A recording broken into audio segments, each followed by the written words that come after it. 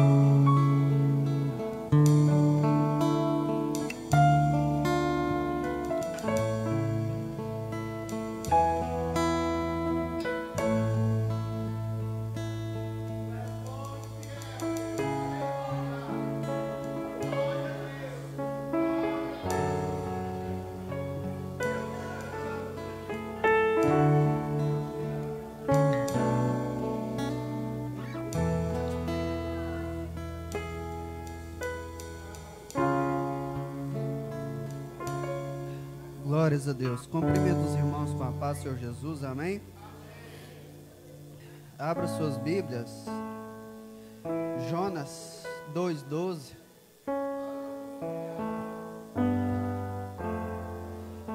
Jonas 2, versículo 12.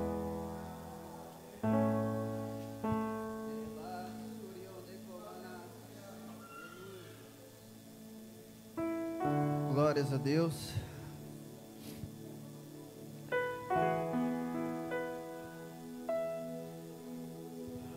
Glórias a Deus. Perdão, irmãos. Jonas, capítulo 1, versículo 12.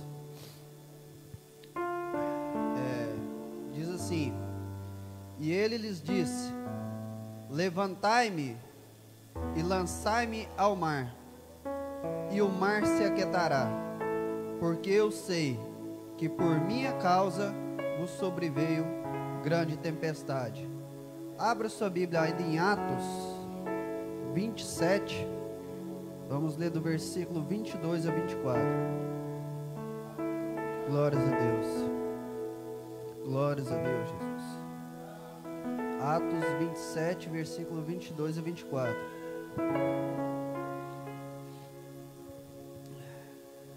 Diz assim: Mas agora vos admoesto a que tenhais bom ânimo, porque não se perderá a vida de nenhum de vós, mas somente o navio. Porque esta mesma noite o anjo de Deus, de quem sou e a quem sirvo, esteve comigo, dizendo: Paulo, não temas, importa que sejais apresentado a César, e eis que Deus te deu a todos quanto navegam contigo. Amém? Sente aí com a sua Bíblia aberta, primeiramente em Jonas capítulo 1. Glórias a Deus. Após uma breve introdução, quero entrar aqui no texto. Aleluias. Nós estamos em um culto a Deus, dirigido pelo departamento de varões, E eu dizia no estudo bíblico que eu estou fazendo lá em casa às quartas-feiras, que Deus sempre quis se relacionar com seres livres. Porque um relacionamento, irmãos, tem que ter interesse das duas partes. Assim como um homem, se ele fosse relacionar com a mulher, e essa mulher não quiser e ele fazer a força, isso é um crime. Da mesma forma, Deus não quer relacionar a força com ninguém. Se ele assim quisera, ninguém desobedecia a ele. Mas ele resolveu, na sua onisciência, na sua onipresença, na sua onipotência, se relacionar com seres livres. Foi assim que Deus criou primeiro os anjos, os arcanjos, os querubins, os serafins. E quando a gente lê Ezequiel 28, versículo 14 e 15, falando a respeito do diabo, de Satanás, a Bíblia vai dizer que ele era um querubim ungido e perfeito. Deus criou ele perfeito, até o dia que houve iniquidade sobre ele. E quando a gente vai lá para Isaías, no capítulo 14, versículo 12 ao 14, a Bíblia vai dizer que o pecado do diabo foi o quê? Ele diz o seguinte: subirei, me assentarei e serei como Deus.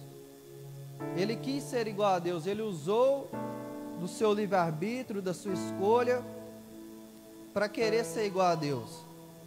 E com essa atitude, Deus o precipitou, e com ele a terça parte dos anjos, que hoje são os demônios que quiseram seguir ali o diabo. Por que eu estou dizendo isso? O livre-arbítrio, ao mesmo tempo que é uma bênção, é uma grande responsabilidade. Foi a mesma coisa com Adão e Eva. Deus criou Adão, de Adão criou Eva, e quis se relacionar com eles de forma livremente. Plantou tudo ali que eles precisavam, e disse a eles: façam assim, assim, assim. Porém, eles usaram do seu livre-arbítrio, da mesma forma, com a mesma proposta do diabo, para querer ser igual a Deus. Não foi assim que a serpente falou lá em Gênesis capítulo 3, a partir do versículo 5? Se vocês comerem do fruto, vocês vão ser semelhante a Deus. E eles também, com a mesma concupiscência, com o mesmo desejo errado, com a mesma irresponsabilidade, usaram da sua liberdade de escolha para desobedecer a Deus. Mas quando a gente vê sobre Jesus, o homem, o segundo Adão, ele fez o caminho inverso. Enquanto o diabo, criado perfeito, com glória, com honra, lugar de destaque nas regiões celestiais, ele não se contentou com aquilo que ele deveria ser e quis ser igual a Deus, e com isso ele usou de forma errada o seu livre-arbítrio, sua liberdade de escolha, e pecou.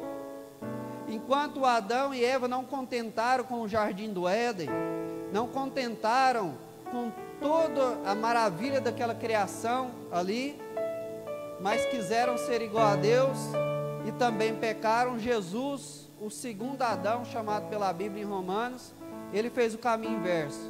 Ele, sendo Deus, se esvaziou de si mesmo, fazendo em semelhança de homem, e foi obediente até a morte, e morte de cruz. Ele se fez maldição por nós.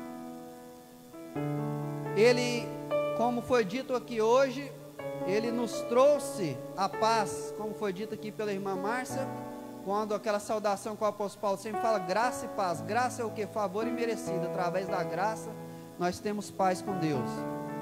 E aqui eu chego à seguinte conclusão: primeiro, até hoje nós colhemos os frutos, os efeitos negativos da escolha do diabo. Porque a partir do momento que ele pecou, o mal começou a existir. E depois ele se tornou o inimigo do homem, o tentador, o caluniador. Até hoje nós colhemos os efeitos negativos das escolhas de Adão e Eva. Porque depois que o pecado entrou no mundo, entrou a doença, entrou as pelejas, entrou as dissensões, entrou tudo de ruim que a gente vê na televisão, na rua, entrou depois que o pecado entrou. Mas graças a Deus que até hoje nós também colhemos os efeitos das escolhas corretas de Jesus. Lembrando que Jesus 100% Deus, mas 100% homem. E quanto ele estava aqui como homem, ele nunca fez em primeiro lugar a sua vontade, mas sempre fez a vontade do Pai. No Getsêmani, horas antes dele ser crucificado, como eu já disse isso em outras ocasiões, eu acredito que Jesus, ele não sentiu aquela agonia tão grande de morrer, não foi apenas por causa da coroa de espinhos, não foi apenas por causa das chicotadas, que já seria um belo motivo, não foi apenas pelos escárnios, que já seria um belo motivo, não foi apenas pelaquela morte terrível que ele teve ali na cruz. Por que eu digo isso? Outras pessoas, outros discípulos, outros apóstolos, outros crentes passaram pelas mesmas coisas, dando glória a Deus, louvando ao Senhor, como diz a história, que aquelas pessoas que foram incendiadas em Roma, feitas tochas vivas, eram incendiadas cantando e adorando ao Senhor. Mas aquela agonia da cruz ali, eu acredito no meu coração que é porque por um instante aconteceu algo que nunca mais vai acontecer. O filho e o pai ficaram distantes um do outro. Para alguns instantes, Jesus levou sobre si o pecado de toda a humanidade, desde Adão até a última pessoa que vai nascer nessa terra. O meu pecado, o seu pecado, o pecado de Hitler, o pecado de todos os homens e mulheres que já existiram. E por causa daquela agonia tão grande, a vontade dele era o quê? Pai, se possível for, passa de mim este cálice, mas todavia seja feita a sua vontade. E assim como nós colhemos os resultados negativos das escolhas do diabo, das escolhas de Adão, nós temos, graças a Deus, a oportunidade de colher os efeitos positivos de um homem, Jesus, que usou o seu livre-arbítrio para fazer as escolhas certas. Aleluias. Por que eu estou falando isso? O que isso tem a ver com os textos que eu li? Dito essas coisas, eu quero pregar hoje uma mensagem com o seguinte tema: que tipo de homem eu tenho sido? Nós lemos aqui Jonas capítulo 1 sobre um homem que no capítulo 1 estava fora dos propósitos de Deus. Um homem fora dos projetos de Deus está fadado ao declínio. Como diz o bom goiano, só vai descendo ladeira abaixo. A Bíblia vai falar que Jonas, fora dos propósitos de Deus, aqui no capítulo 1, a gente sabe a história, que depois ele retornou aos projetos de Deus, mas ele fora do caminho de Deus, a primeira coisa que ele fez, ele pegou um navio e desceu para Jope. Segundo, ele desceu para dentro do navio. Terceiro, dentro do navio, ele desceu para as partes mais baixas, lá no porão. Quarto, ele foi engolido por um grande peixe e desceu às profundezas do mar. Ai do homem que está fora dos propósitos de Deus. Só que o que eu quero meditar aqui com vocês, irmãos, é o seguinte: se um homem fora dos propósitos de Deus, ele prejudicasse só ele, era menos mal. Mas um homem fora dos propósitos de Deus, irmãos, ele não prejudica só ele, mas ele prejudica todos os que estão ao seu redor. Eu falei sobre Adão, falei sobre o diabo, e agora estou falando aqui sobre Jonas. Nós lemos aqui que toda aquela tempestade aconteceu naquele navio ali, por quê? Porque um homem estava fora dos propósitos de Deus e trouxe toda uma tempestade ali, prejuízos físicos, financeiros, eles tiveram que lançar fora suas fazendas. Um homem, irmãos, fora do propósito de Deus, ele prejudica muitas pessoas. Olha a tragédia que aconteceu na nossa cidade, nessa madrugada. Olha a tragédia. Um homem fora dos propósitos de Deus, ele não se contenta apenas em destruir a sua vida, em fazer escolhas erradas, mas ele quer destruir a vida de outras pessoas. E às vezes ele nem quer destruir, mas ele acaba prejudicando. Por quê? Porque se nós escolhermos de forma errada, se nós usarmos de forma errada a liberdade que Deus nos deu, nós trazemos tempestade na vida de outras pessoas. Todos vocês devem conhecer algum homem que tem problema com vício, enquanto a mulher está ali pelejando, trabalhando, enquanto os filhos estão ali passando necessidade, aquele homem só pensa em manter o seu vício.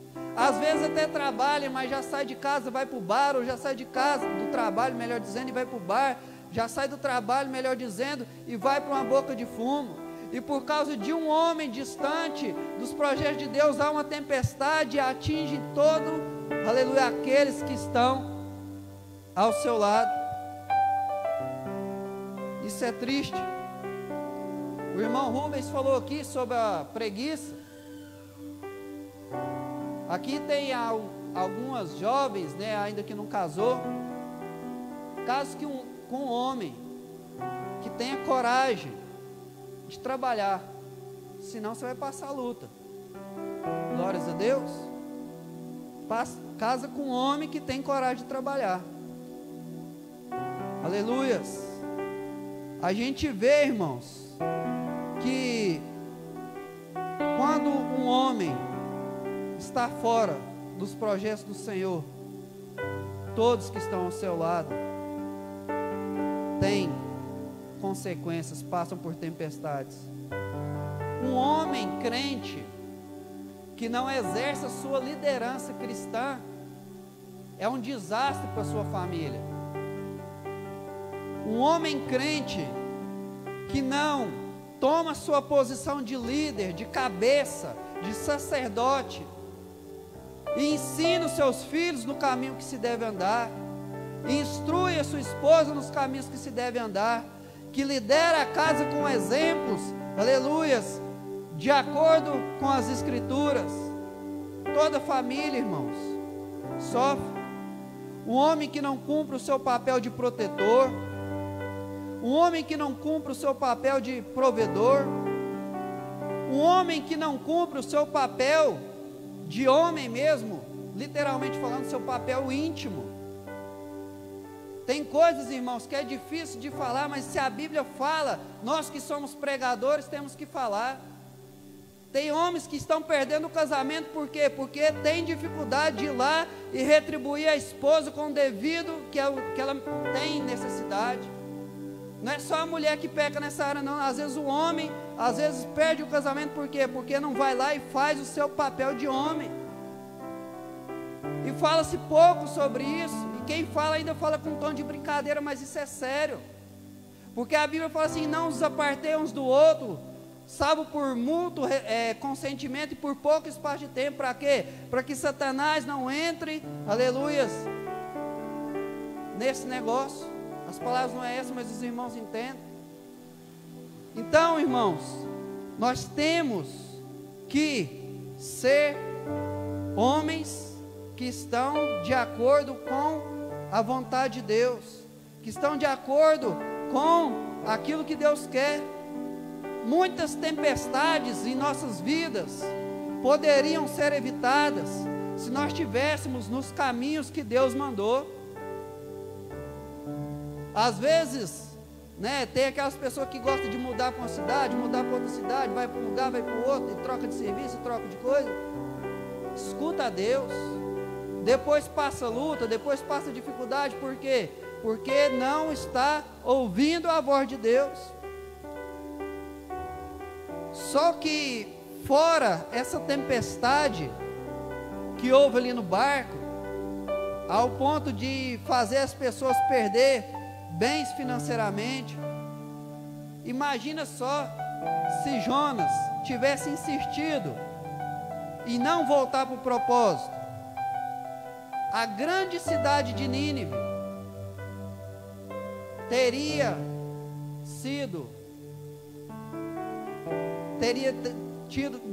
Deus teria derramado juízo sobre aquela grande cidade. Meus irmãos, eu tenho experiências pessoais de quando Deus manda eu fazer uma coisa e eu não fazer, e eu tenho experiências pessoais de quando Deus manda eu fazer e eu faço.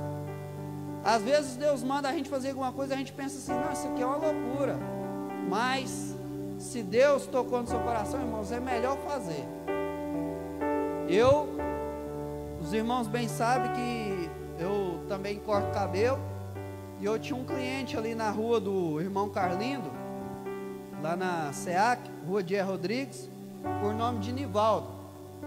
E um dia eu cheguei lá para cortar cabelo dele, bati lá no portão, e ele demorou a atender. Quando eu estava quase saindo, ele abriu. E aí ele veio andando assim, meio cambaleante, conversando meio com a voz com dificuldade. E aí eu pensei assim, ó, será que o seu Nivaldo bebeu? Eu nunca vi falar que ele bebe. E eu fiquei encabulado. Eu conversava com ele, ele demorava a responder. E aí cortei o cabelo dele.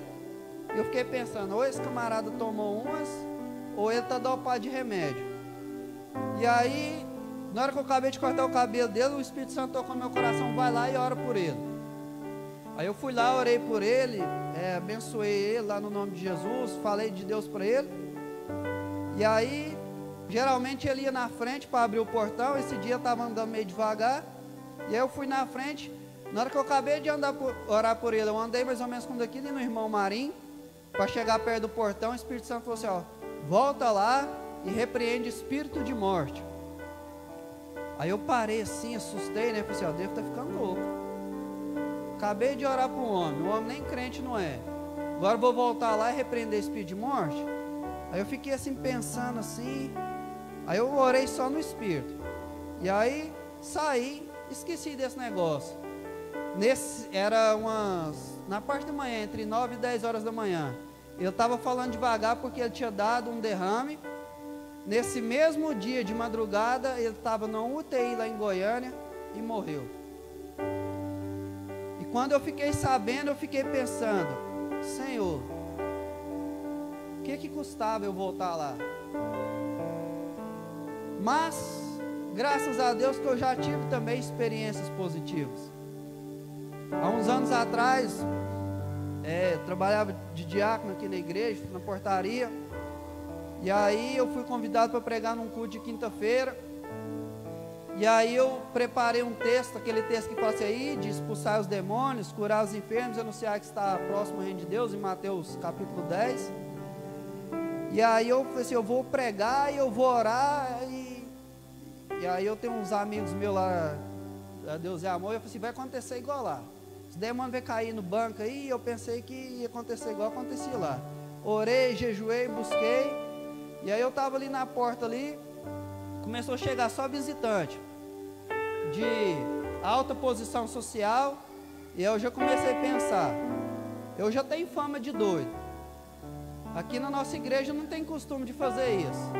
Se eu começar a orar aqui do jeito que eu estou pensando, aí que vai ficar difícil mesmo.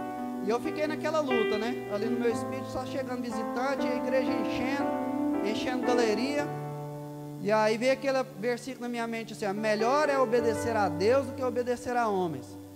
Aí eu vim cá, preguei, no final eu orei, comecei a orar, e gritei aqui, babei no microfone tudo, e fiz aquele barulhão, não aconteceu nada, né? Eu fiquei pensando, meu Deus, eu pensei que os demônios iam cair por todo lado. Na hora que eu estava saindo aqui, um irmão veio aqui na minha direção e falou assim: rapaz, Deus te usou. Eu já tinha decidido comprar um veneno de rato e suicidar amanhã. Mas depois que você orou repreendendo espírito de morte e demônio de suicídio, isso saiu da minha cabeça. Bem aqui, ó, diante de Deus. Irmãos, eu só ia ficar sabendo disso, irmãos, no dia do juízo final. Eu nem conhecia o homem, se ele suicidasse, eu não ia nem ficar sabendo disso. Então, meus irmãos, a gente, quando está na direção de Deus, outras pessoas são abençoadas. Quando a gente não deixa de ser usado por Deus, outras pessoas são prejudicadas. E aqui a gente falou de testemunhos negativos, que é o caso de Jonas. Por outro lado, abre novamente em sua Bíblia, em Atos 27, versículo 22 ao 24. Aqui é uma história totalmente oposta. Paulo já tinha sido avisado por Deus para eles não viajar, que eles iam encarar uma grande tempestade. Paulo avisou o capitão do navio. Eu imagino o capitão do navio olhando assim para o tempo assim, falando assim: rapaz, com a experiência que eu tenho, olhando esse céu aqui, não vai ter tempestade, coisa nenhuma, vamos embora. Eu imagino, o texto não diz. O texto diz apenas que Paulo falou para não ir e eles foram. E a Bíblia vai dizer que eles enfrentaram uma tempestade tão grande que eles não sabiam nem se era dia ou se era noite. E por muitos dias ali naquela tempestade, sem comer, naquela aflição. E aqui aconteceu o inverso. Enquanto aquelas pessoas no barco de Jonas estavam a ponto de morrer por causa de um homem que estava distante de Deus, no barco de Paulo, Deus manda um anjo falar para Paulo o seguinte: eu tenho um projeto ainda na sua vida. Você ainda vai a Roma testemunhar de mim. E por causa de você, nenhum dos que estão aqui no barco vai perecer, apenas o navio. Não somente isso, irmãos, Deus deu a vida de todos aqueles homens, todos receberam livramento por causa de Paulo. E quando eles chegaram na ilha de Malta, toda aquela ilha foi impactada pelo poder de Deus. Toda aquela ilha. Por onde um homem de Deus passa, irmãos, a bênção vem junto. Por onde um homem de Deus passa, a bênção vem junto. As coisas vão acontecendo. Enquanto Ló esteve com Abraão, ele prosperou. Quando ele afastou, as coisas deram errado para ele. E na nossa vida é desse jeito. Glórias a Deus. Na nossa vida é desse jeito. E eu volto a fazer a pergunta que eu fiz aqui no começo, que é o tema da minha mensagem que Deus tocou no meu coração. Que tipo de homem eu tenho sido? Um homem que traz tempestade na vida das pessoas? Um homem que traz prejuízo na vida das pessoas? Um homem que deixa a mulher passar necessidade, os filhos sofrer? Um homem que tem trazido prejuízo para o meu patrão, trazido prejuízo para aquelas pessoas que eu negocio? Ou um homem que aonde eu chego, as pessoas são abençoadas? Irmãos, isso é tão sério na Bíblia, que quando você vai ler os livros do Antigo Testamento, os livros históricos, às vezes Deus ia exercer juízo sobre um rei, mas ele falava assim: por amor a Davi, seu pai, eu vou te poupar. Por quê? Porque a Bíblia diz o seguinte: que Deus visita a iniquidade dos pais aos filhos até a 3ª e 4ª geração, mas até 1000 gerações daqueles que temem ao Senhor são abençoados. Aleluia, glórias a Deus. A bênção da vida de Abraão, que está lá em Gênesis capítulo 12, em ti serão benditas todas as famílias da terra, chegou na minha vida, chegou na sua vida. Então, meus irmãos, isso é muito sério, isso é muito sério. A nossa fidelidade, a nossa comunhão com Deus, a nossa obediência a Deus traz bênçãos, não somente para nós, mas para todas as pessoas. E o contrário também é verdade. Como Deus sabe, irmãos, que nós somos motivados por recompensa, né? Por que a gente levanta aí cedinho para trabalhar? Por causa do salário, né? Pensa aí aquela manhã fria do mês de junho, você debaixo de uma cobertinha quentinha, tranquilo, o celular desperta. Você levanta com aquela vontade, ô glória, para trabalhar. Nem todos os dias, né? A maioria das vezes você, ô Jesus. Mas você vai por quê? Porque tem uma recompensa. Deus, sabendo disso, deixou escrito assim em Hebreus 11, versículo 6. Ora, sem fé é impossível agradar-lhe, porque é necessário que aquele que se aproxima de Deus creia que Ele existe e que é galardoador daqueles que o buscam. Haverá um dia de acerto de contas. Aqueles homens que estão fazendo guerra e prejudicando o mundo inteiro por causa de ganância, se não se arrependerem, vão prestar conta. Mas nós que estamos pelejando, às vezes até tomando prejuízo, para ser bênção na vida de alguém, também vamos receber a nossa recompensa. Eu deixo essa reflexão aí para vocês e conto com as orações de vocês por mim e minha família. Amém?